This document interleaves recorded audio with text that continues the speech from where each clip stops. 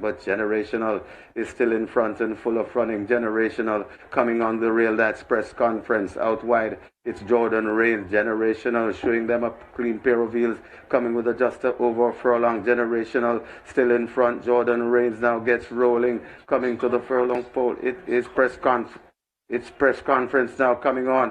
It's Generational in front. Press conference trying to get to Generational, but Generational driven out. Press conference still on, coming, but Generational by over a length from press conference. Racing back into third. That is Brompton Alex. Then comes Awesome Anthony. By now, you probably would have heard that prominent jockey Oneil Ricardo Mullings, at 49 years old, was shot and killed yesterday at 6:42 p.m. Sunday, September 21, 2025. Based on what we're hearing, he was standing at his premises when he was approached by a lone man armed with a firearm who opened fire, hitting him in his head. He was assisted to the hospital by police and he was pronounced dead. Of course, the police are asking for the suspects to turn themselves in. They have already identified suspects in the shooting and they are looking at a particular lead. But the entire episode is just sad, to tell you the truth. O'Neill Mullins is one of those jockey, or was one of those jockey that I would say that I wouldn't be afraid to bank when he had a mount that I believe had a chance. In fact, on my preview that I did for Saturday, She's Dallas Love, I tipped that one to win ahead of Firecracker because it read good and O'Neill Mullins is a jockey that I rate highly in terms of his talent. And even Record Crew was amongst the horses that I tipped in race number 6.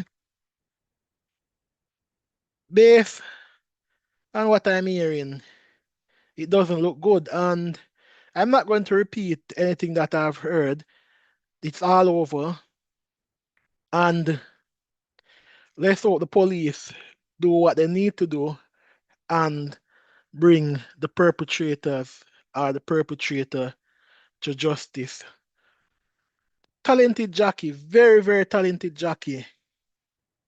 Someone who, despite falling off horses, managed to come back and still be a very good jockey. Someone was won over 410 races.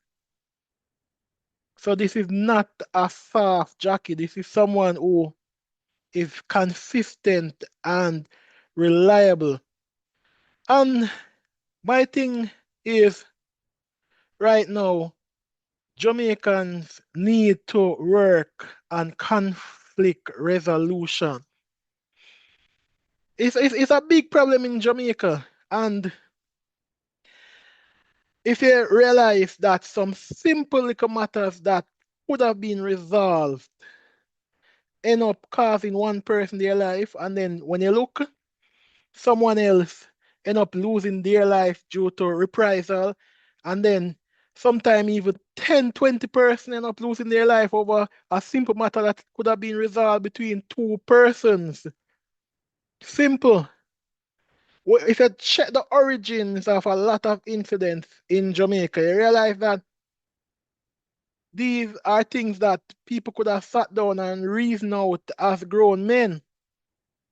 And in my younger days, I was somebody who probably would argue with people and be very hard and fast in terms of my dealing and all of that. But as I mature, I realize that, listen, in Jamaica, in order to survive, you have to walk out people, you have to be careful in your dealing with people, and you have to be extremely mature in your conflict resolution. And even when you do that, someone still find grievance to come and do you something.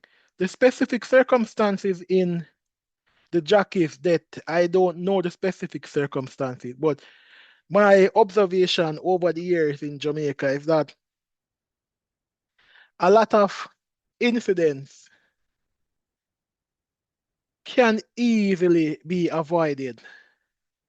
You realize that a lot of incidents in Jamaica, a lot of murders are due to the two big E, what I would call the two big E, ego and entitlement. A lot of person, the ego tell them that they're not taking no this. No boy can diss me, no boy can violate me. Who you man? You feel like say you can style man. I would have brother a pre man. Things like those, simple things like those. And then you find entitlement where persons are entitled to what someone else have.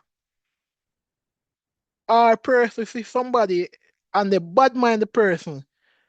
They bad mind what the person have and what the person have achieved. Are simple. They think that their life is not on a level that it should be on, and they see somebody else whose life is on another level. And they don't hesitate to take your 3 points. They don't hesitate to take your 3 points.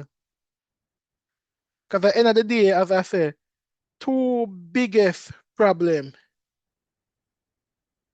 ego and entitlement.